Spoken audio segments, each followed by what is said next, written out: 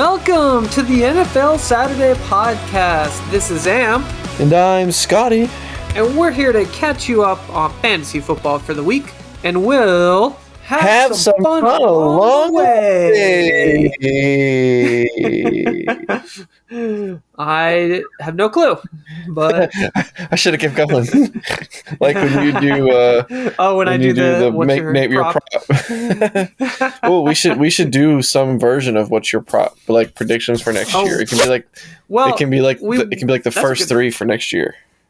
We could do that. However, I have another plan for that segment this week, which will be longer, but we'll get to that later. Because today we're going to talk about the Super Bowl and go over some of my preseason predictions and how accurate they were. I was talking with you about this over the week, and I was planning on coming up with more of the topics that we did, like both of our predictions, but it was going to be too long of an episode because I'm sure we'll talk about the Super Bowl as well.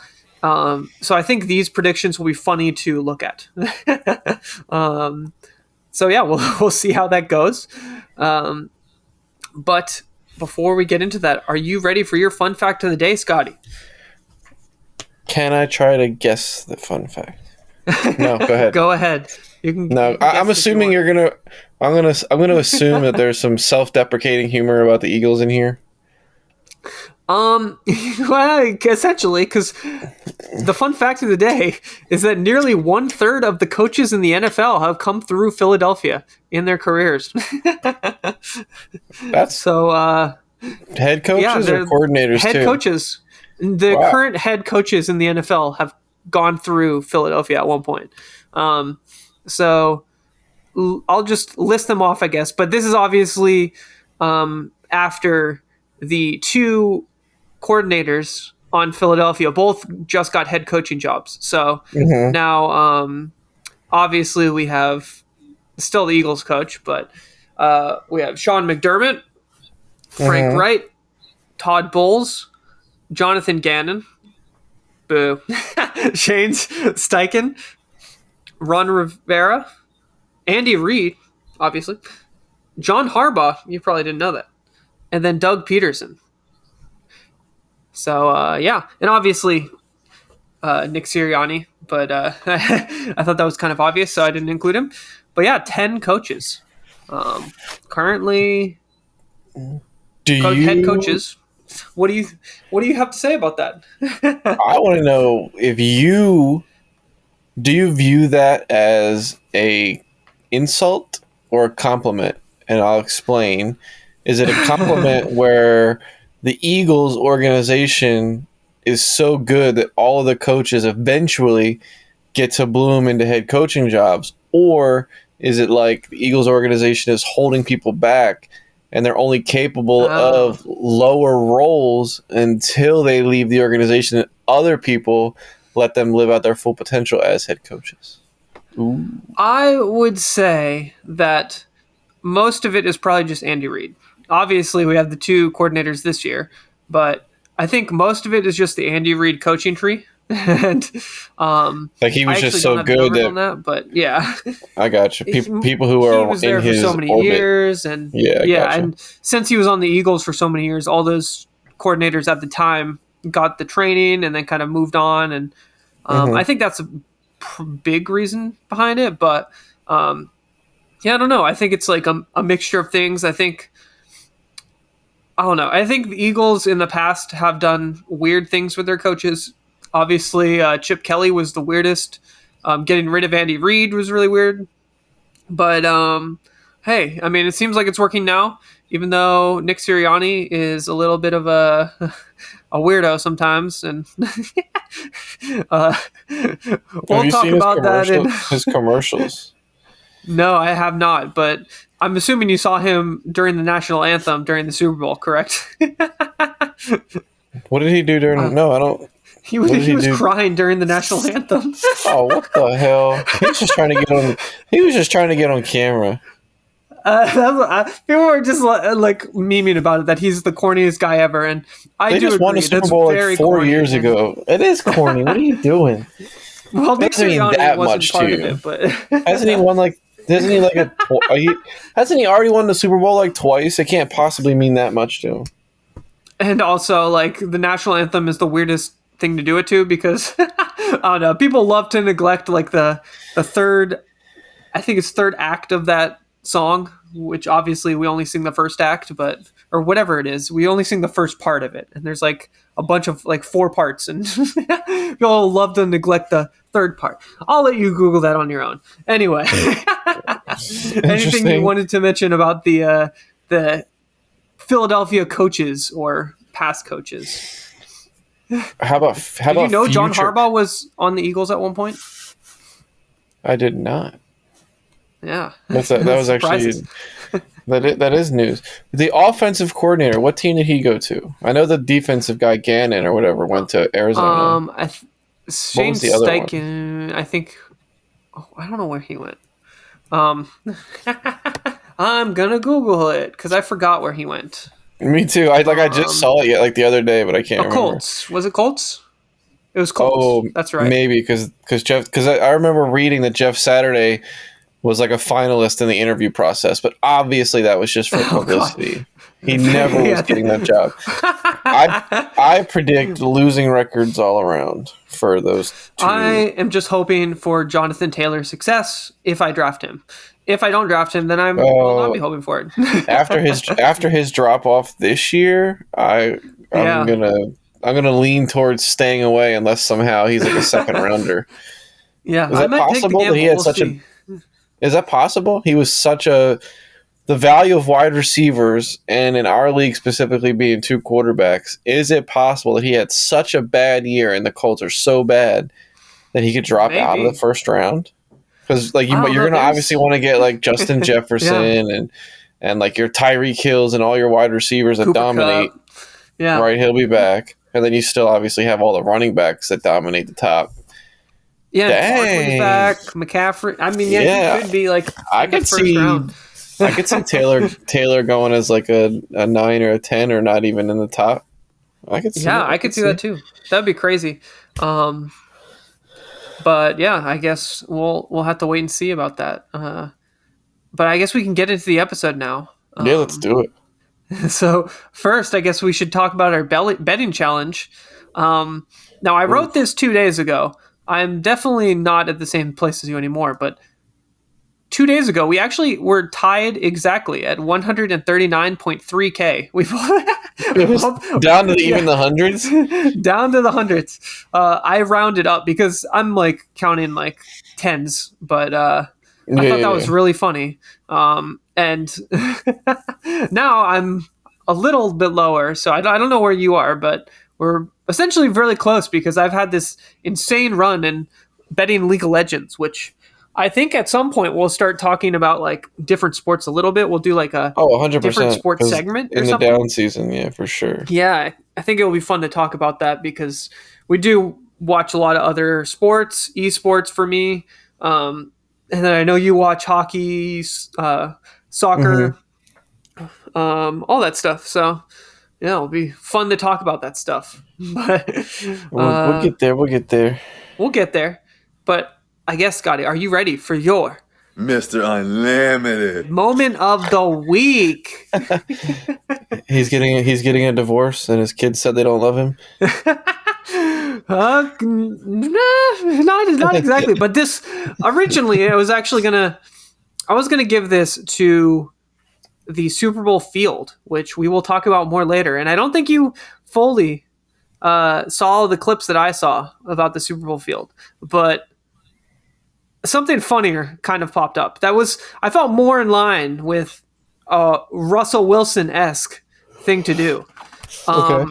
So, formerly Robbie Anderson, who was formerly Robbie Anderson, changed his name to Chosen.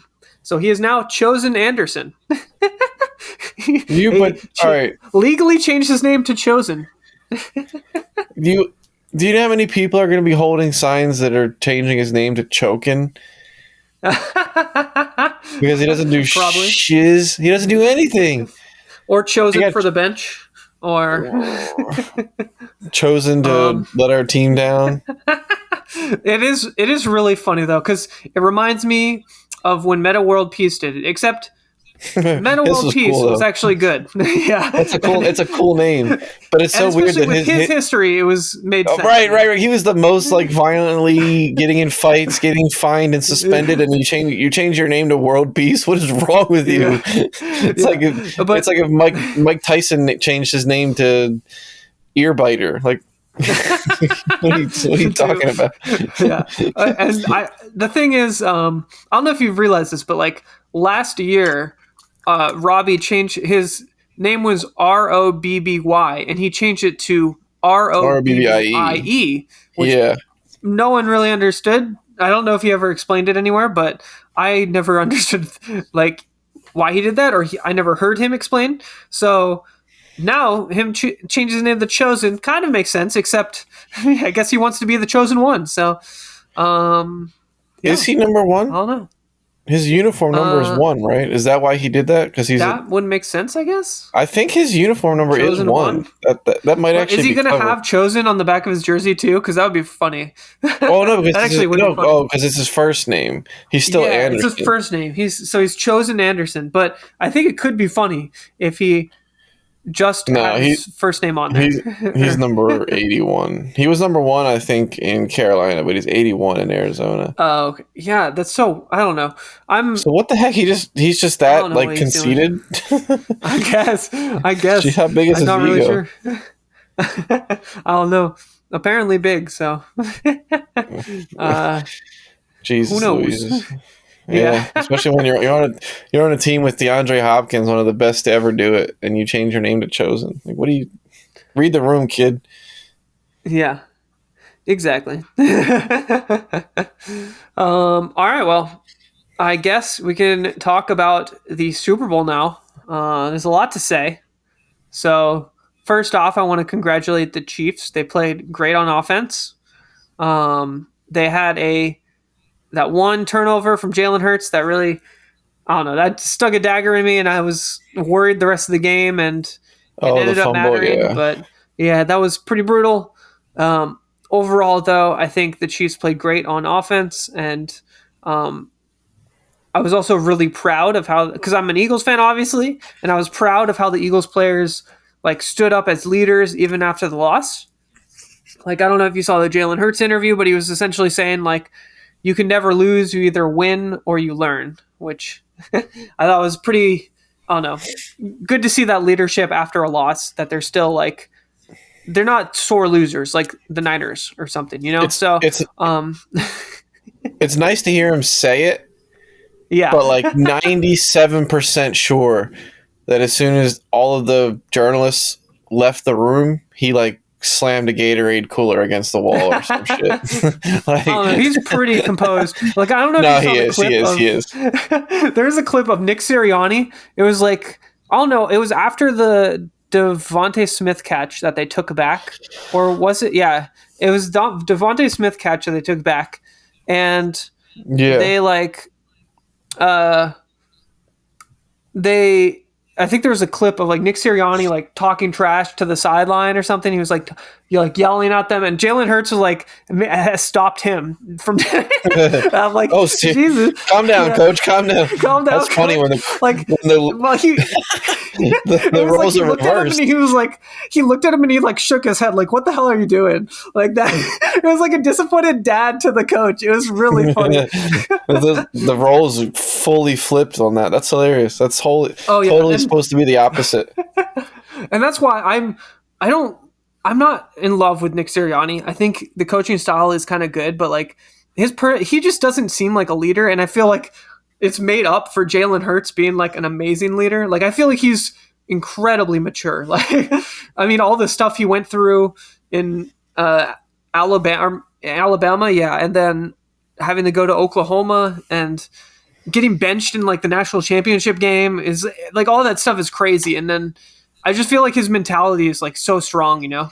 So I he's think that makes definitely up been for through the ringer. Yeah, definitely. And now you can add lost a Super Bowl. I mean, how many quarterbacks never even make it to a Super Bowl in their career? So to make it there and lose is a very, very unique experience. So we'll see how he bounces back, and that'll prove your point about how like mature and well-rounded he is. Yeah, I'm confident that he'll bounce back. I think overall I was just really happy with how they were on offense, because I think that was my biggest concern going forward, was like, will they be able to perform under pressure? And on offense was my main thing. So that was my main concern, was how will Jalen Hurts do? And I think he did really good. Obviously, he had that one fumble, and he shouldn't be swapping the ball. He like swapped hands with the ball and then dropped it, which definitely shouldn't have done. But overall, I think he was. There was. I don't know if you listen to the Kelsey podcast, but Travis Kelsey said on their podcast that he thought there was an argument that Jalen Hurts could even be MVP just because he was so good in that game. Correct. I read that. He said he put up such crazy numbers and did things we've never seen. Even with the loss, he could have made an argument for MVP. Yeah, because if you look at Mahomes' stats, I think he only had like 180 yards or something. Oh, it was ugly. Yeah. It wasn't that much, just because like they didn't really need to, because they had the special team stuff and then also the defensive touchdown. So I kind of understand. I still think Mahomes probably should get it just because he won. And I think if Hurts didn't have that fumble, if it was Miles Sanders that fumbled, that it would be a different story. But I think that's kind of hard to give it. I don't think they've ever given it to a loser, have they? I don't think they ever would either. Yeah. Because how is he valuable to his team if his performance still didn't result in a win? Yeah. Exactly. I understand he was the best player on the team, but when we talk about most valuable player, what we take away from the word valuable is his actions were the majority of the reason why the team won. Yeah. Because then if you're saying he was better than every other player on the other team, how come his team still didn't win? It would be really, really hard to make that argument. And the fumble, I agree with you. It's really weird because the reason, obviously, he's trying to tuck and run is because he feels pressure. Yeah, he might not have seen it, but it was blindside. But they know they have a. There was no one blocked him. No one blocked him. Yeah, I don't know what happened. Those quarterbacks always have a sense of like they're about to get hit. So he obviously felt that, which is why he was making the move to run. But then to also make the decision to not secure the football as tightly as he could was like it's like an oxymoron. Like, oh, I know I'm about to get hit, so let's take off, but let me not swap protect hands. the football. It was such a weird like lapse of judgment. Maybe he drops it anyway because those guys literally punch that with like the force that a truck hits you with. So maybe they still knock the ball out anyway. But if he had secured the football like they teach you, 2 points of contact and touching the inside of your chest, we would just be complimenting the defender and how good he is that he was able to punch the ball out. We wouldn't be questioning Hurts' decision on how he was carrying it. So the conversation does change. I agree. Definitely. But either way, Hurts still played a ridiculous game. Oh, yeah. I agree with all the points you just made. And, yeah, I mean, overall, I think it was a good game. I feel like the ending definitely sucked as a way to end it because it was 3rd and 8 when they called that penalty, and it really just felt like very, I don't know. There was a penalty. I mean, there's an angle. I don't know if you've seen the angle, but you clearly see him holding the jersey. But and again, pulling it away from his body. Yeah. And it wasn't catchable. I'm not mad because, I mean, it was a penalty. And it just sucks that that's the way that it ended. Because if they do, I think that's the hard thing, though. Because let's say they do kick a field goal. Like, they don't call the penalty. They kick a field goal. The Eagles go down and score and win the game. I feel like that could get more backlash. Like, that would probably get way more backlash than calling it in this situation, because it was a penalty. Right, because the part you didn't mention, you did say it was 3rd down. So if that penalty doesn't get called, the play is dead. They're kicking a further field goal. So instead of like a 20-yarder, we're talking maybe 40 from where they were. And plus there were 2 minutes left. So there was it was like a minute and 57 seconds left or something ridiculous. Jalen Hurts and the Eagles offense are more than capable. But what ended up happening is they got the ball back with like 11 seconds left. And that is amazing. I mean, that's a ridiculous ask to drive down the field. It's impossible. I mean, and the Hail Mary at the end of the game, like just to get to midfield and have a chance at the Hail Mary. And I saw the replay where he stepped on the guy's foot, and that caused his. It's like 10 yards. That's what like messed up his balance and his technique, and the ball literally went like 20 yards. It was so funny because the camera crew literally pans to where the players are going to receive the ball before quickly realizing it's not going to make it, and like coming back to see where it actually. I'm like, what the fuck? It was so funny. The last play, it was really funny. For you as an Eagles fan, that's got to be like, well, fuck. Sorry, excuse my language.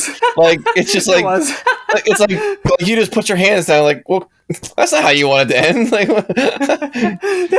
I can just imagine. Like those memes, like those memes where people throw something and it goes like 2 inches. Like the paper airplane where they throw it and it just dies immediately. That reminds me of The Office when they have the paper plane throwing contest, and one of them throws it and it goes backwards. It catches the wind and goes back. It's the same thing as like when you go for the Hail Mary and the quarterback gets sacked and didn't even get the throw off. Like it just feels like you at least wanted a little sprinkle of hope that maybe somebody comes down with it, and just to watch it putter and flutter and fall 30 yards short of the end zone. Yeah.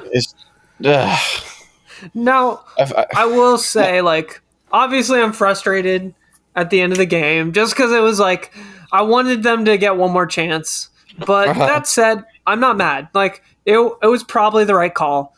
But the thing I am mad about, and the thing that is the stupidest thing that I've ever heard in a Super Bowl ever, is that they used a new type of grass for the Super Bowl that they've never used before, is what I've apparently heard. And that's what I read as well. They were doing this thing where they were taking the field out every day and putting it back in at night or something. And I don't know if you've seen the clips, but the Eagles' defensive line was slipping the entire game. The entire game. And I will go. What do you? Yes, go ahead. You can say your opinions on this, because I was just going to say that I read a report from somebody who watched all the different angles of the game, and the amount of Eagles players that slipped compared to Chiefs players that slipped was like almost triple. So either they just didn't adjust and change their shoes, or Chiefs players were somehow already informed of what the correct type of shoes to wear on the new grass. Basically, somebody was implying that the people who decided what turf was going to be used let the Chiefs know, and they got a minor competitive edge. Because there were some big slips on some important plays. It wasn't just – they weren't all inconsequential. Well, the thing is, too, that I think even like without the slips, they probably did have to change their technique. And the Eagles' biggest strength on defense is their pass rush. So even if it is affecting both the teams the same and equally, I think negating the Eagles' pass rush is much more important than the Chiefs. Because, I mean, the Eagles – like we're third most in NFL history in sacks. They got 70 0 sacks. Yeah. So they're averaging a couple sacks a game. Exactly. They're averaging so it's like they played 17 games, and the right? pressures. No, 20. Yeah, and that's not including the pressures. Like negating the pressure as well is like huge. So I agree. So that's what I'm. It's hard to explain. Essentially. Yeah. And I mean, I've heard a lot of the players saying it felt like playing on water. It was like a water park. And Jesus. Credit to the I don't know. I mean, I'm sure they're talking trash about the field and complaining behind closed doors, but publicly they're not complaining, because they're not complaining about the field publicly. The Eagles aren't, at least. They're they mentioned it was like playing that, but they said it's kind of one of those elements of the game. Even Jason Kelsey said he likes games like that. It's kind of like a snow game. Like, you don't know how it's going to affect different people. But that said, this was like an unnecessary, like, this wasn't the elements. This was like the NFL, like, chose to do this essentially. So, yeah, why are you, like, test that on a preseason game or in one of the European games? Why are you putting down new grass and experimenting on the biggest stage? They didn't play on that field all year to earn their spot to be in that game. So why are you? They're already in a neutral site. Nobody gets home field advantage. Why are you trying to mix it up even more? Yeah, I don't understand that. I mean, look, I don't believe that the NFL had bad intentions. I think it was just gross negligence, but it was just a stupid decision. Yeah, that's what I think. And I know that some people obviously do think there were foul intentions, but I mean, I don't think it goes that deep. I think it's like it would be too hard to hide intentions like that because people are just so dumb. Like, they would be telling like their wives, and then their wives would be telling their friends, and then like their friends would be telling, and then it would get out. So it'd be hard to keep it a secret. Yeah, exactly. I'm with you. I'm not. I don't think it that way, but I just think it was a dumb decision, and it definitely was upsetting because I don't know. I was really wanting to see the Eagles pass rush and how they were going to play against Patrick Mahomes, and we didn't really get to see that. So I couldn't believe you didn't get to see it. Yeah, it was crazy. I was crazy, shocked. And I think. I don't know if you were looking at some of the Eagles blocking. I mean, I've said this like the last couple weeks. Some of their blocking schemes, they get like too fancy with it. Like, they'll start moving people around to the point where they'll forget who is blocking who, and they'll just let people run freely. And That's funny. And like that happened a couple times. And I think that's the only reason they got like pressure, the Chiefs, was because they didn't have to like do any fancy technique. They didn't have to they literally would just run straight. So it was like, I don't know. I think I gotcha. Overall, like, credit to the Chiefs. They deserved to win the game because they're playing on the same field. It just sucks that the NFL chose to do some weird field stuff. And I mean, we might have lost anyway. A press release. Yeah. I would love that too. I would love to see what like Roger Goodell's thought process was behind doing that. Just like, hey, can you walk us through your decision to use brand new, never before used or tested grass at the Super Bowl and for the biggest game of the year? What were you thinking? Exactly. Next question. Next question. For sure, he wouldn't answer. Oh yeah, definitely not. That's my guess. Nope, I agree. I guess anything else that you wanted to mention about the Super Bowl before we move on? Anything else I wanted to mention about the Super Bowl? The halftime show sucked. Oh, really? Okay. Well, I disagree with you on that. Not a big fan of Rihanna. I guess I'm biased. Weird. I mean, I think those are that was a banger. Like, I really enjoyed that. I mean, obviously she wasn't dancing a lot because she's pregnant, but I think right? I thought the performances from the other people were a lot better than what it normally is. Like, I mean, 50 Cent hanging upside down didn't really get me. I thought the lights were really cool. Yeah, it was probably better than like the Maroon 5 show. Yeah, and I liked I liked it more than Katy Perry. I that was very cheesy, like the sharks and whatnot. I was gonna say, is that what she did? The shark, yeah. Yeah, the left shark and right shark. I think, I honestly liked it a lot. I think there were some definitely memes like everyone dressed in white, like running out of the tunnel, and people were saying like, I'm not even gonna say it, but they're making some sexual jokes. And then you can say it. The S word. Yeah. That's what I'm sure. I'm sure there was some sort of metaphor. Nick Cannon's blank when he's having kids or something. Oh Jesus! He has like 10 kids, right? The dude's he has insane. like 10 kids or something. I guess for with like football, all different women. Like it would be like Antonio Cromartie's kids or didn't Darrell Revis have a bunch? No, it was Antonio Cromartie. I don't think. Yeah, I don't know. I don't know if it was Darrell. I remember. I thought it was like 2 of the Jets players had a bunch of kids. But anyway, jokes aside, I actually did think it was awesome. And obviously the Super Smash Bros. Memes were pretty funny. But I thought that was crazy, dude. The freaking they were so high in the air. Like what? They were like 50 feet in the air, dude. I would be so terrified. I know they're like buckled in for safety and all that, but dude, I don't even like roller coasters. I'm not doing that. Yeah, I know, moving platform too. Like that was insane. But I don't know. I really liked it. I know you might not be a Rihanna fan, but I think you're crazy because Rihanna, those songs, she pulled out all the bangers. Like there are so many good songs there. I was loving it. I like her, yeah, but like the older stuff, like, she eventually switched from like a poppy R&B to like a club music, like more focused on like a beat, trying to like get you to dance. And I guess I was vibing.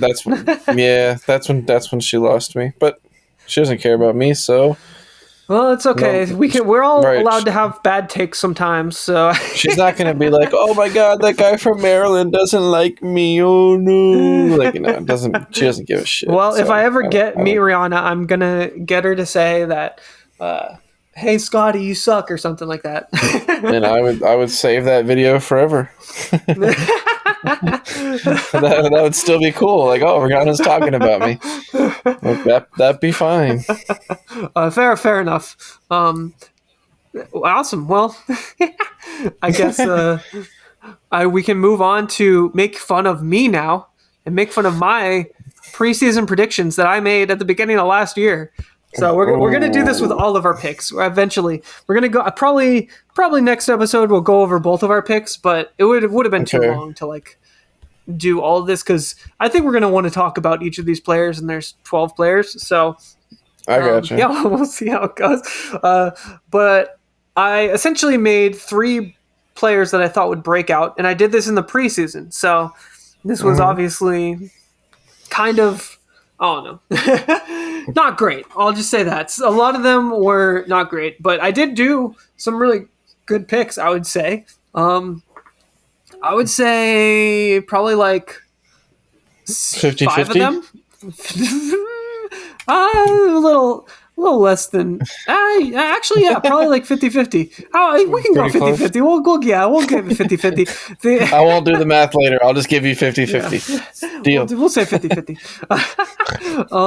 But I guess we can start off at my QB predictions, because if you have to know one thing about me in the preseason, I don't know if you remember this, but if there's one player, one QB that I was hyping up, who would you think that would be? Because my first QB, I was talking about a lot. Tua? And buzzer. It was Lamar? Russell Wilson. Oh, I don't remember that. You said that's had funny. Him breaking out. I thought he was gonna cook. I was like, he's a lock. He was my lock. And he finished as the QB 17. Nice. So, and this is an R scoring format, which is essentially DraftKings, where you get like a bonus. But yeah, he was QB 17. And I guess he was 17. He finished QB 17. If you had to guess where he was drafted, where would you guess, like QB wise, like QB what would you say he was drafted? QB 7. He was QB 10. He was being drafted as a 10th quarterback. Yeah.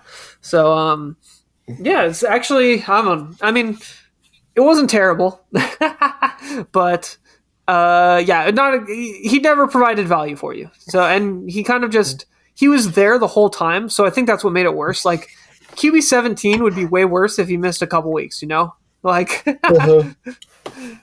which is actually funny. But I don't know. We have a whole segment about him, so I think he probably sat on people's bench most often, right? not on my bench. I will say though, he did have a couple good weeks near the end. I was actually really enjoying.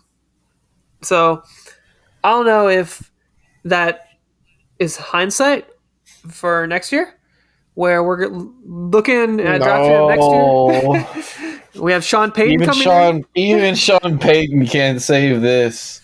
I don't know, man. He was getting 30 points the last couple weeks. I don't know. We need We'll Denzel see. Washington to come in and save this train wreck. Sean Payton can't. Sean Payton can't do it, man.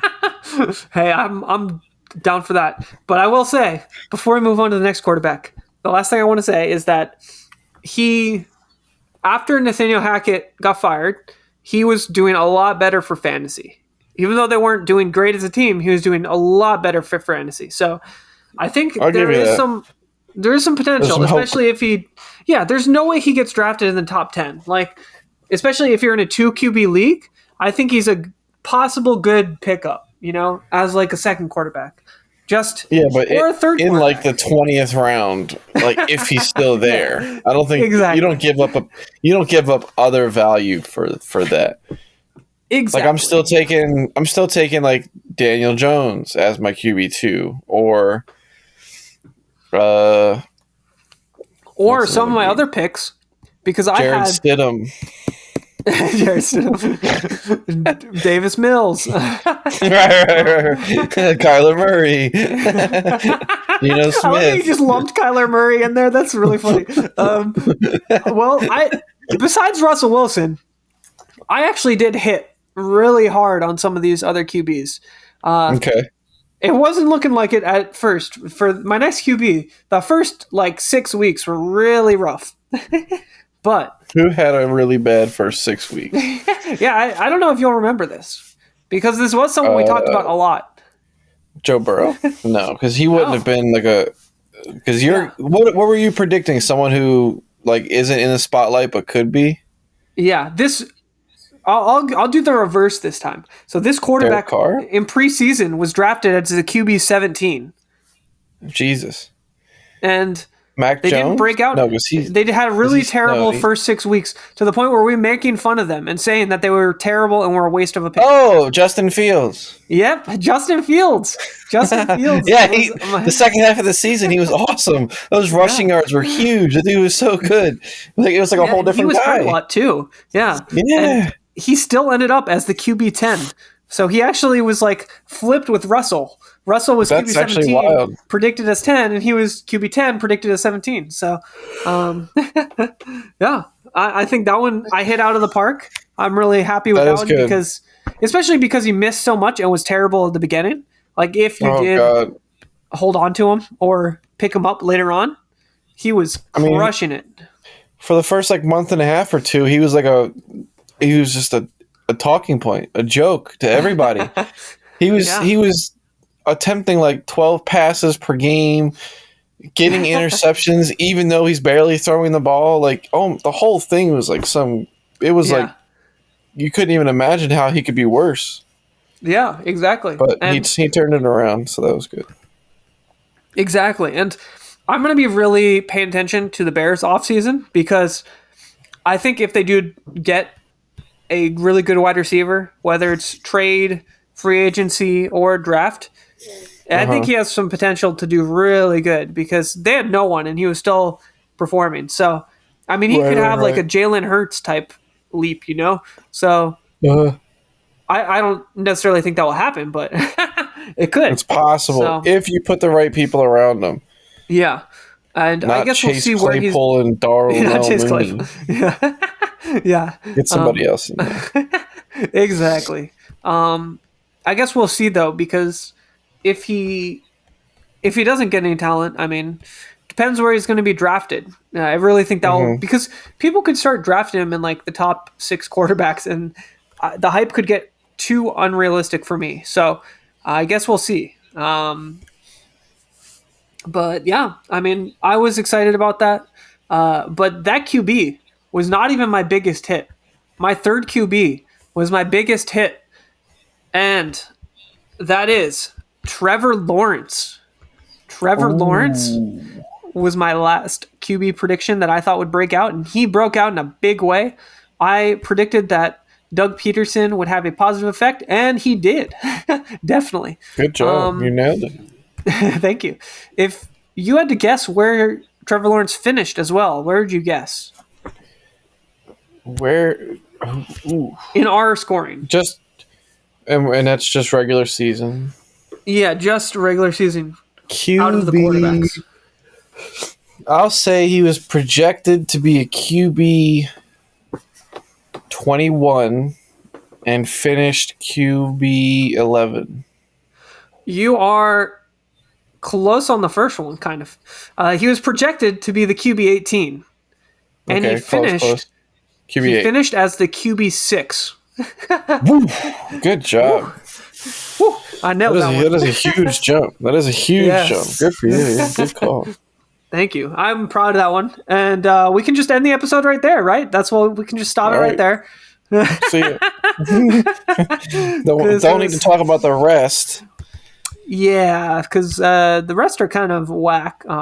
Before we get into those, though, I guess you did a good job.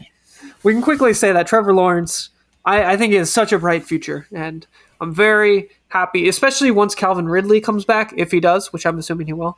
Like, that's going to be crazy. He did already apply for reinstatement. Like the week after the Super Bowl, he announced that he was going to try to get back in. So, well, I'm excited. I hope he does. Has he been training? Do you think? I don't know, but it's a good question. I guess we'll have to see. Yeah.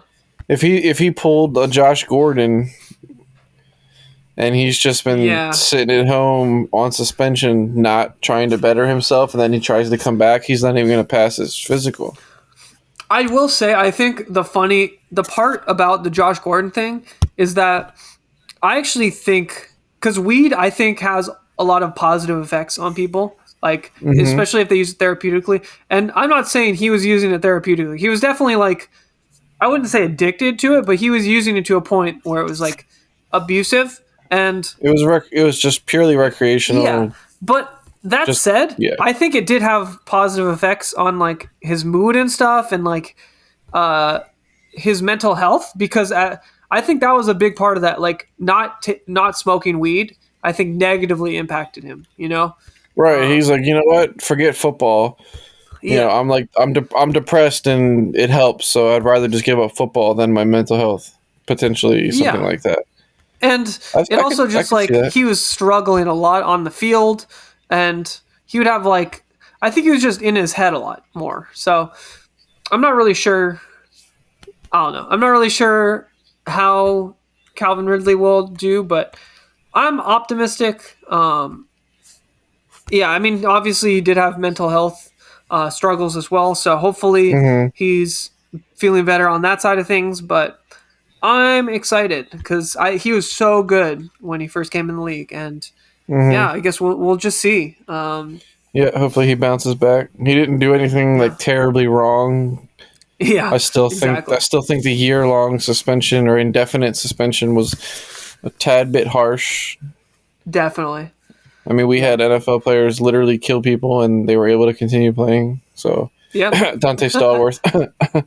Just saying. Ray Lewis. Hey, get the. Sorry. All right. That's all for this week's episode, everybody. We'll see you next year in the 2023 season. Shalom. I guess we'll move on to running backs. Just like OJ, man. Oh gosh. Anyway. My first running back was definitely not a hit. We'll just say that. And that is Alvin Kamara. Not Alvin Kamara. He's an interesting case. Yeah, because he's still young. Yeah, but he might get suspended next year too. So I'm worried. Yeah, no, because of the bar fight, right? Yeah, I'm worried about that. Yeah, I mean, if Calvin Ridley got a whole year for just one bet, Gambling. He'll probably get like 4 games at least, right? Kamara's gonna. I mean, let's try to like a scale. So like Deshaun Watson getting 50 unsolicited happy happies on one end, and Calvin Ridley betting one game on the other end. One got a whole season, one got 11 games. Where on the scale do you put beating the hell out of a bunch of guys in a bar fight and kicking them in the face while they were on the ground? Like, where do you? Where does? NFL is the weirdest scale ever because like, it's so weird. Like, domestic violence. Oh, 2 games, and then they'll be like, "You bet $1,000 on your own team." Hell no, dude. 1 year, Ray Rice, indefinite. Ray Rice pushed his girl after she like slapped him in the face and pushed him, and he pushed her back. And never played again. I mean, like he kicked her though. I mean, I don't remember. I mean, it was pretty. At least from what I remember, it was pretty brutal. I don't remember entirely. I'll have to admit. You may be a little biased, but that said, he was so good, man. He was. I don't know. I think Alvin Kamara will probably get suspended.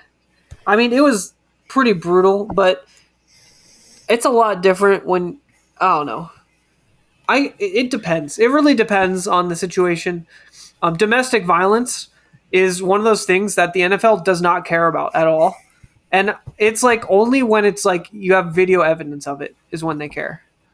Okay. Like, so I think since it is on video, that's why they're having to care, and they're definitely going to suspend him, I think. But I think that's the only reason. Like the NFL is like notoriously bad with like domestic violence, and it's a shame, but it's the world we live in and the NFL we watch because they do not give a crap. And I don't know if you've seen the list, but there's so many players that never got suspended, or if they did, it was like a game or two, or they're just still playing like nothing happened. Right. So, okay.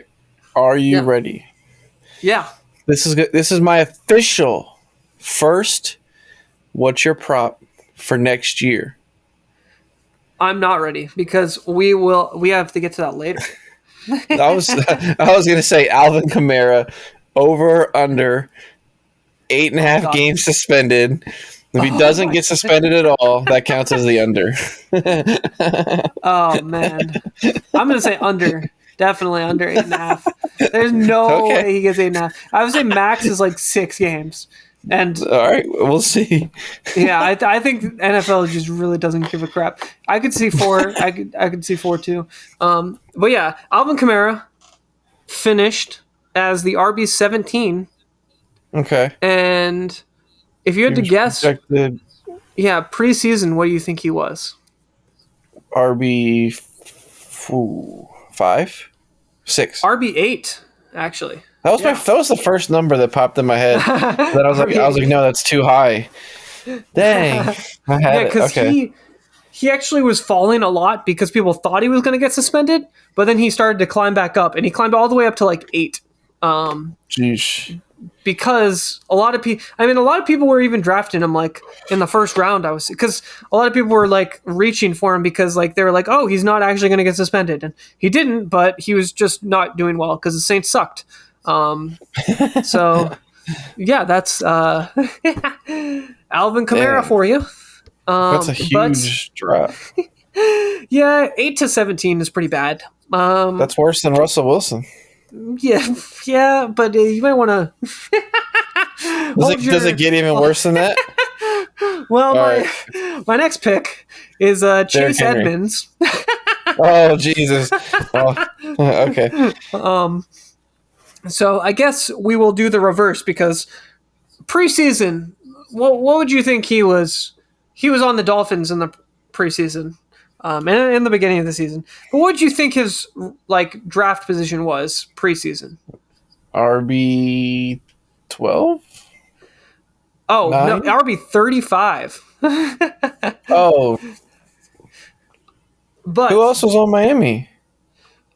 they had Raheem Mostert also. Oh, okay. There's a whole debate. Yeah, Chase Edmonds was 35, and I was like, that is extreme value. He's definitely going to do better than that, right? Well, he finished as the RB 60. So How the hell did he? What the heck? Where's the? There were backups out there that were better than him. Yep. I mean, he got cut, and then he got picked up by, I think it was the Broncos, right?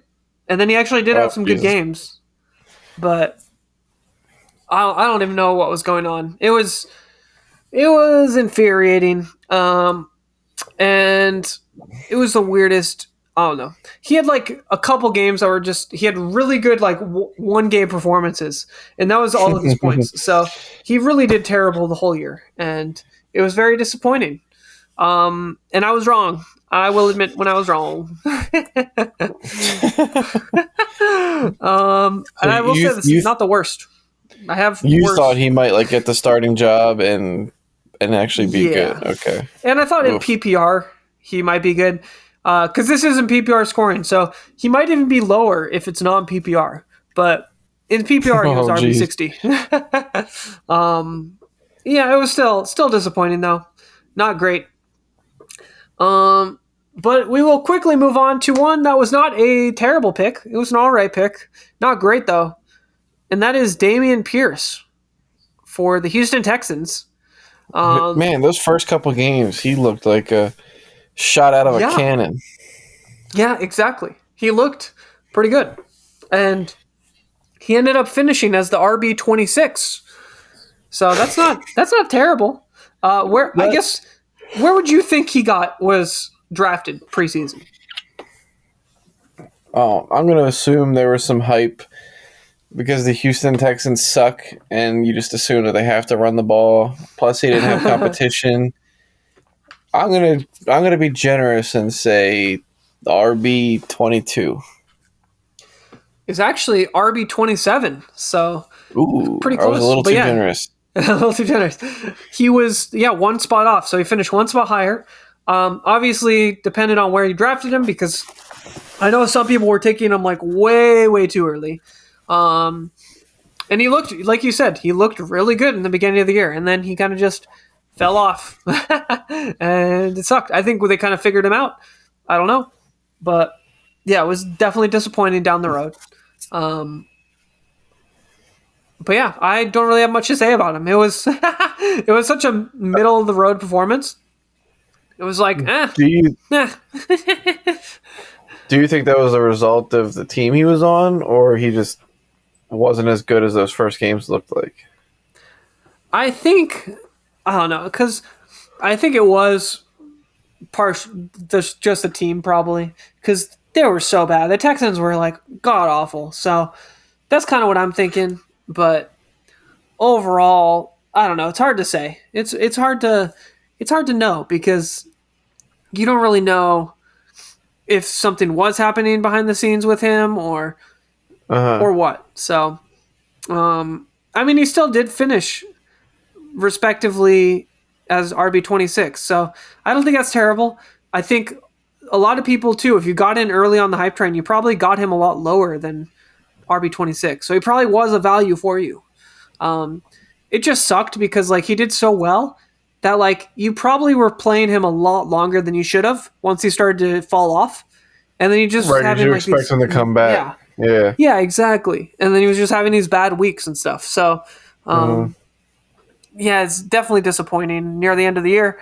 And I don't really expect anything from Houston going forward either. So I'm just staying away. The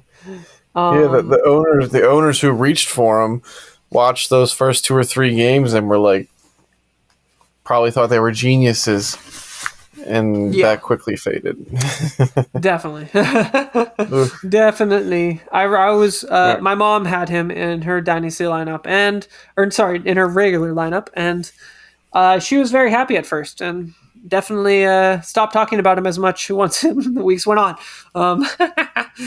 But yeah, I guess we can move on to wide receivers now. These weren't okay. They weren't great. I was gonna say they're not terrible, but one of these the other way here is one of them is pretty bad. A couple of them are pretty bad.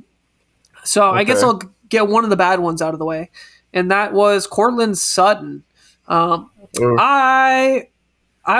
rode with Russell Wilson, and I fell off my horse because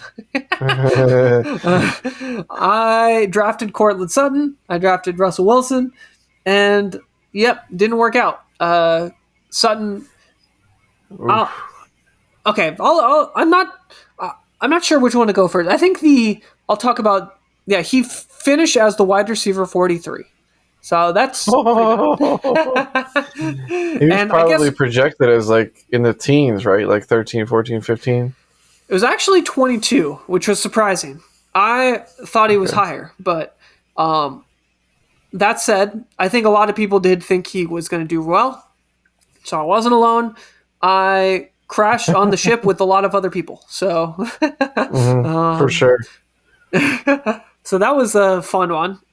I'm pretty worried about him if you have him in like a dynasty league, because it does seem like Jerry Jeudy was having a much better connection with Russell Wilson. So I would be worried at least. And I think they also have Tim Patrick coming back, and he got injured. And apparently beat reporters were saying that he had a really good connection with Russell Wilson. So hey, if anyone's going to have a good connection with Russell Wilson, it's going to be a guy named Tim Patrick. They're going to be like best buds.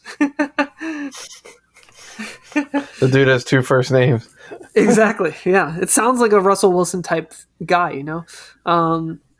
But yeah, I'm worried about him going forward, but that's one of those things. We'll just have to wait and see. I guess we can move on though, because my next pick was good.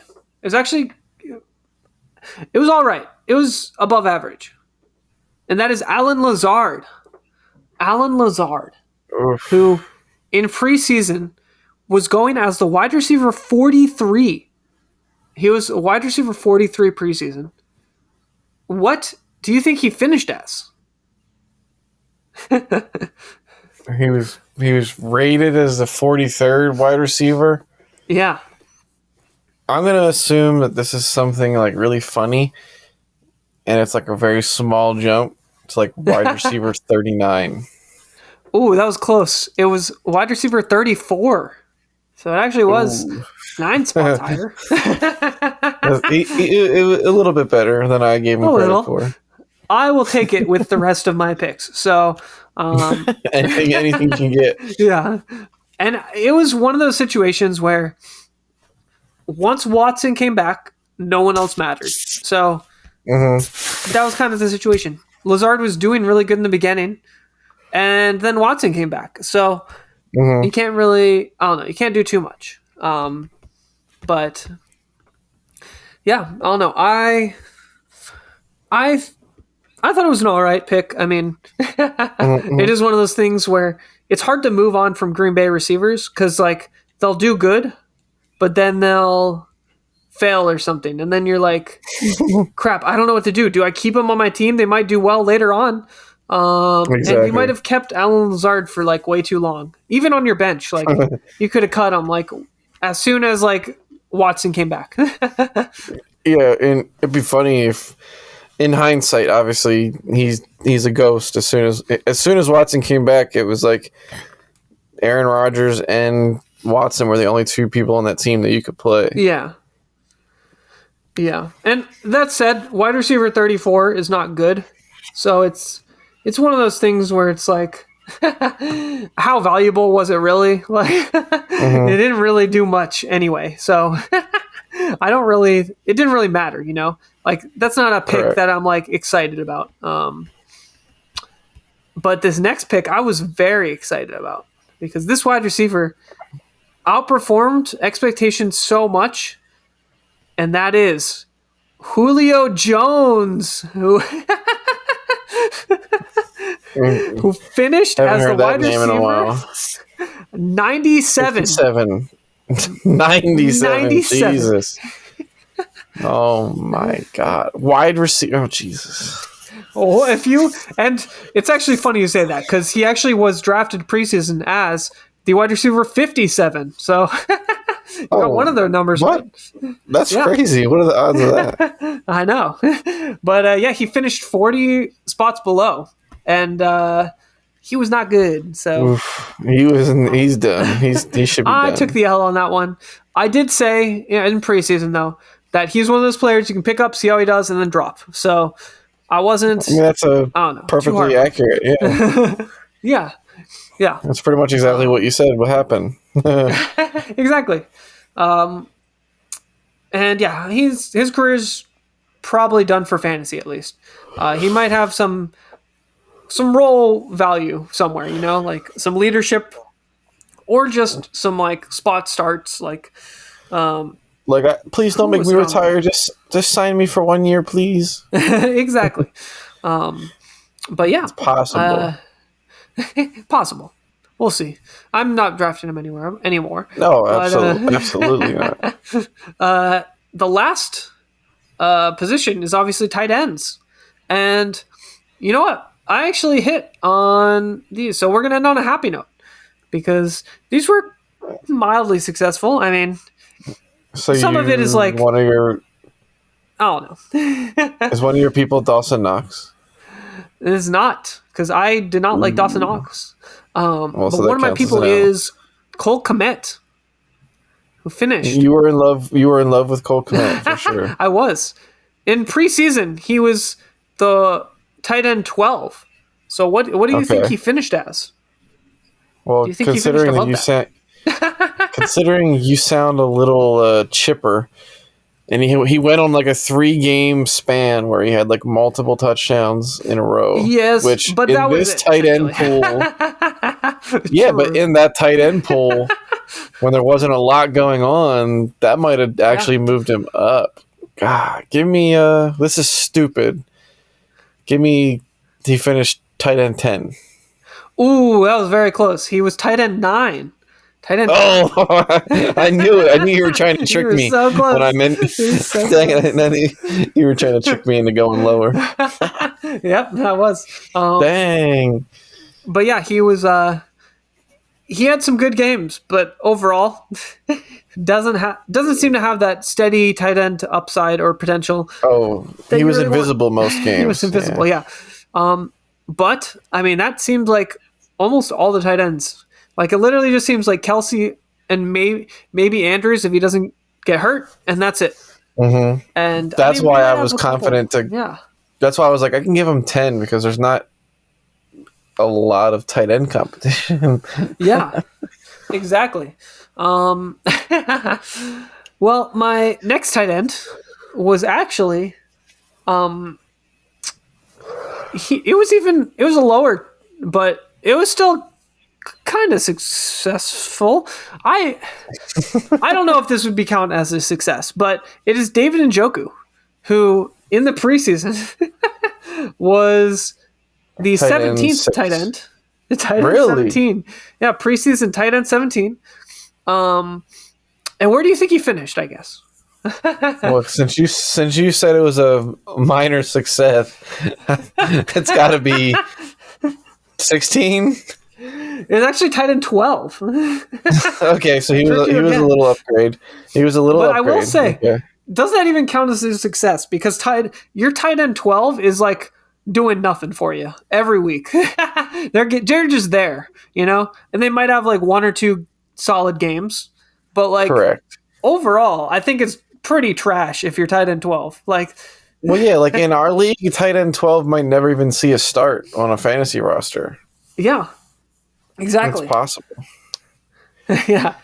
He's like a bye-week filler. That's it. That's all he is.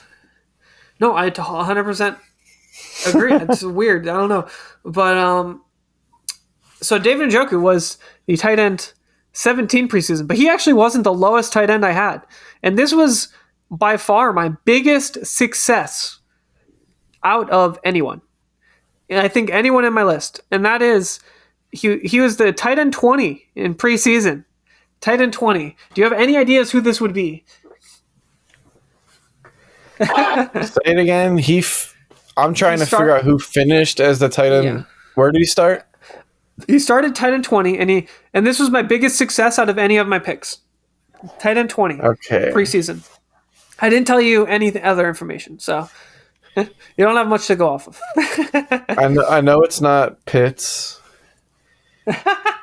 Guess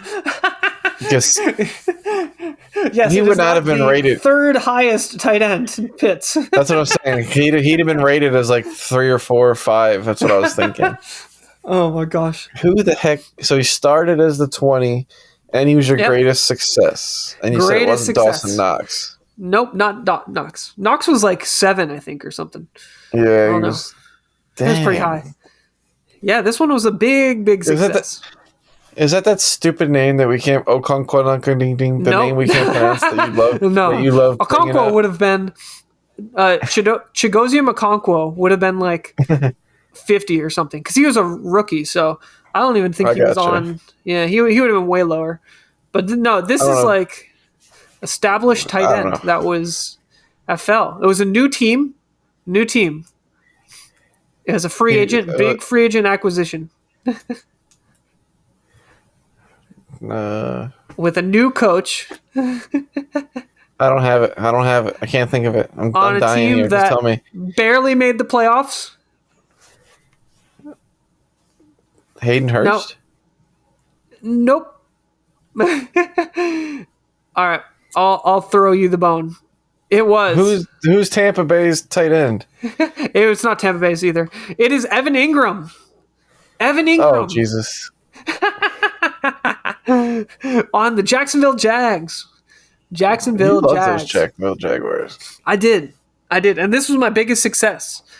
So if knowing that, where do you think he finished? And he was tight end 20 preseason. Well, you said he was your biggest success, but there was like a little bit of emphasis sort of implying that it was your biggest, but it wasn't big. So like the other guy jumped up like 3 spots. The other guy jumped up like 4 spots. So I'm going to say he finished like tight end 14. So a 6-spot jump would technically be your biggest success. He was the tight end 5. I wasn't guessing based on where I actually thought he finished. I was just guessing based off of your wordplay. That's so funny. Tight end 5. Good for him. That is good for you. 15 spots. That's good. That was my biggest success, and apparently me going all in on the Jags actually paid off because I was all in on the Jags with Trevor Lawrence and Evan Ingram. So those are my 2 biggest picks. So yeah, they did well. Definitely that was huge. Yeah. Well, that's. I guess we can quickly talk about him, but going forward, I guess I'm a little worried with Calvin Ridley coming back with all the receiving options. But I still think he's really good, so I still think they'll use him. So, I still think he'll be valuable, especially in tight ends where you have no clue what they're going to do, you know? Like, all these tight ends are so unreliable that I think you'll definitely get some value out of him. What team did he come from? The Chargers? He was originally on the Giants, and then I don't know where he moved to after that. He might have just been on the Giants before then. I don't know if he went somewhere else. Was he? You could be right.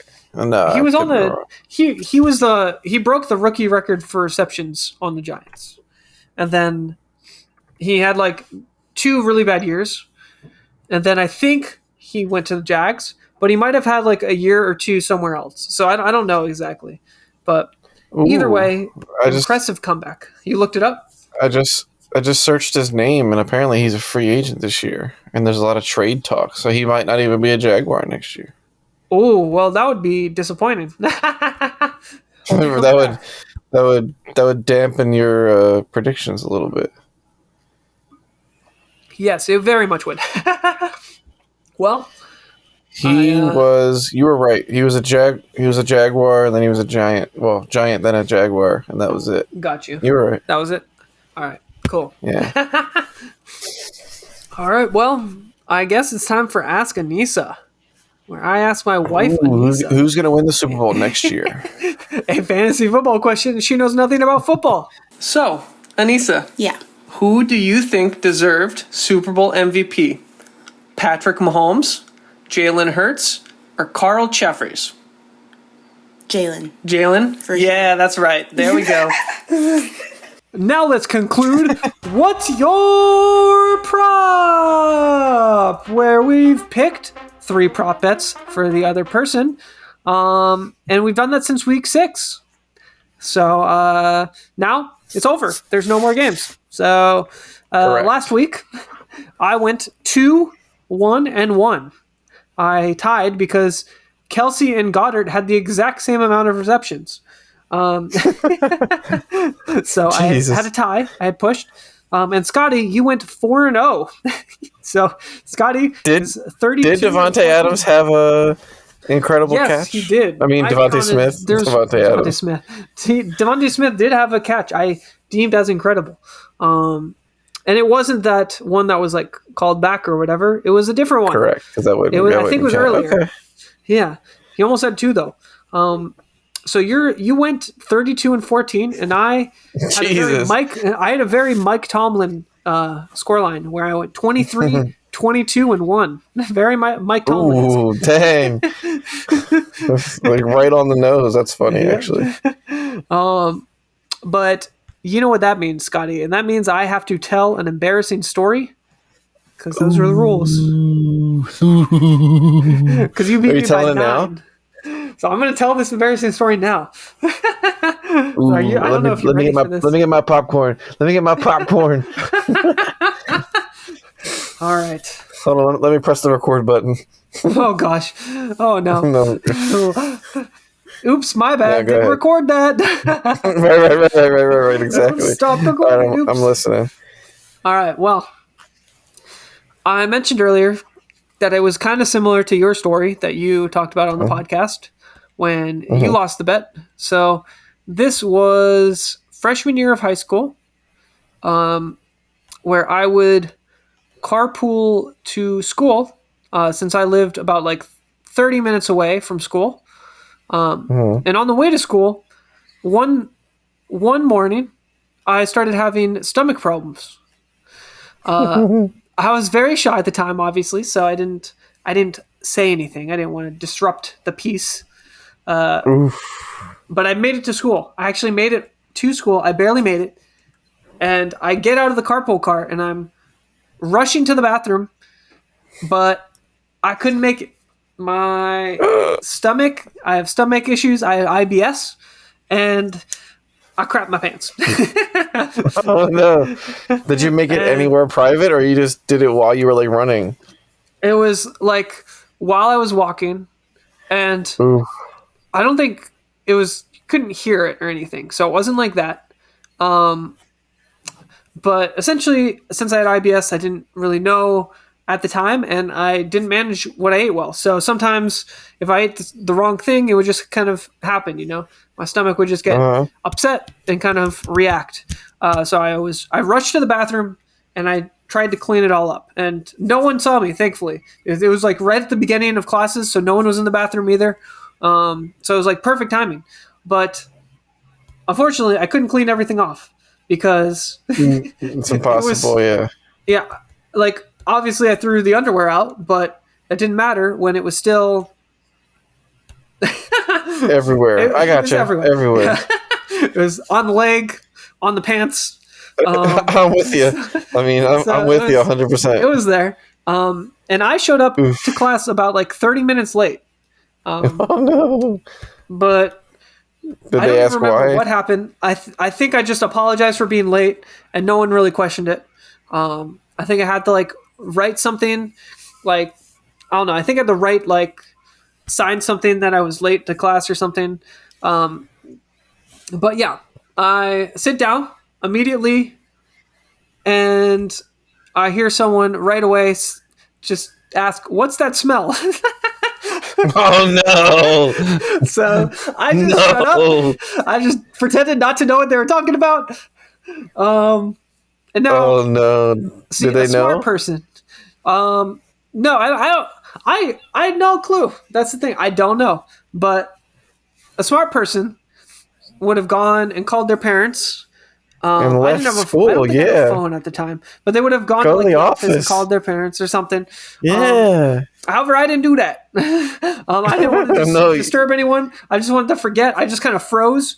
So I essentially tried to clean it up in between periods and stuff like that, but it wasn't really getting any better. No. So I would just skip. I would just leave. yeah, you see, that would be the smart thing. But I stayed all day, and all I kept hearing was, "What's that smell?" What's everywhere that I went. smell? Oh, And, brutal, man.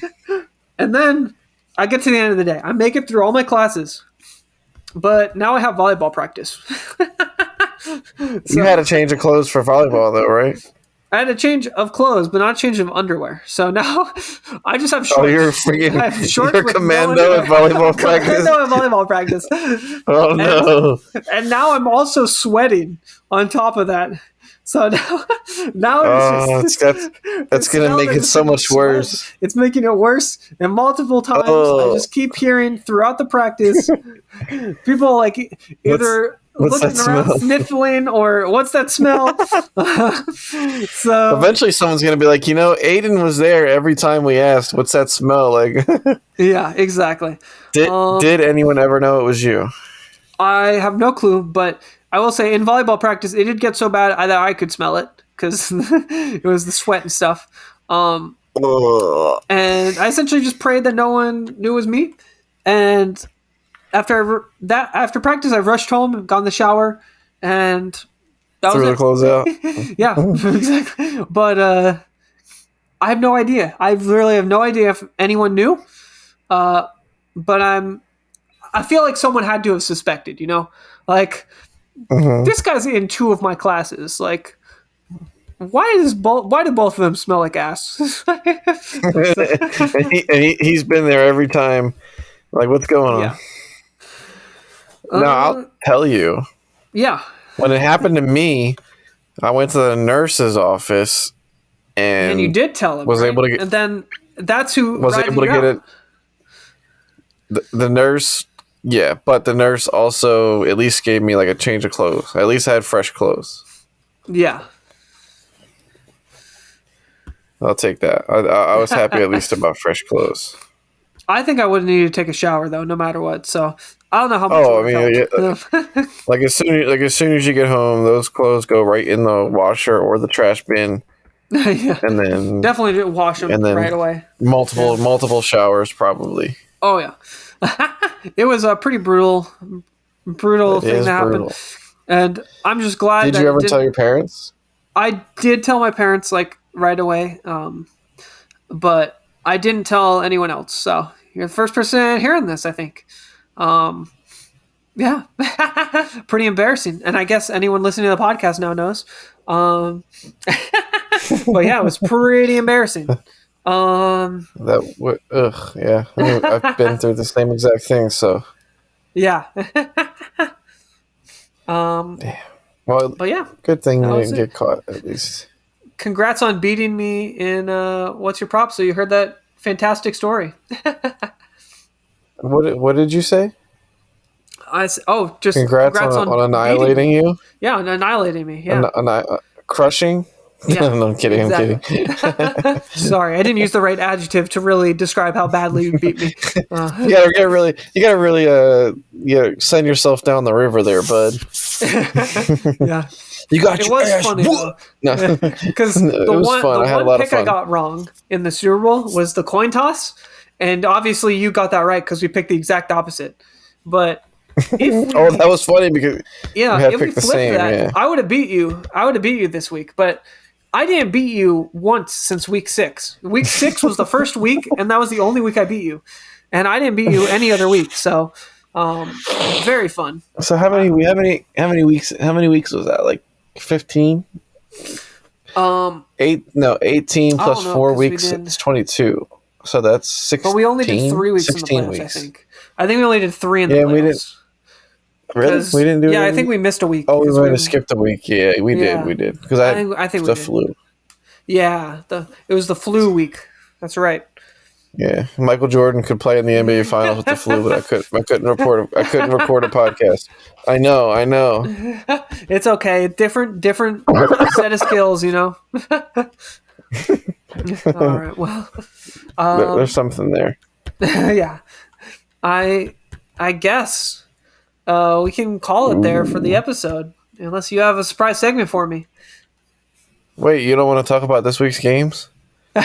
Oh. Ooh. I forgot about that. It feels like you wait so long for the football season to start, and then you snap your fingers and it's over again. So long, 2022 season. You were good to us. You were. We're good to me until the Super Bowl. Just be nicer to Breece Hall next season, and I'll be okay. Exactly. There we go. That's all we want. All right. Well. Ooh, and for Lamar Jackson to get traded for like 3 first-round picks or something. If you want Lamar Jackson to get traded, you're crazy. You're going to be in the I think he's depths. I don't want him to get traded. I just think that the team is stupid enough to do it. Oh, okay. You literally designed the whole team around him, and to trade him away after you built the whole team to fit his exact playing style. Yeah, that would be really funny. It'd be ridiculous. Like, we went through our rebuilding phase, but now let's get rid of the player we rebuilt around. What the hell? Yeah, it would be pretty crazy. We'll see, though. We'll see what happens. But in the meantime, here's your strong opinion of the day. Ooh, I'm ready. My strong opinion of the day is that the Eagles will get more respect for losing the Super Bowl the way they did than if they had won it.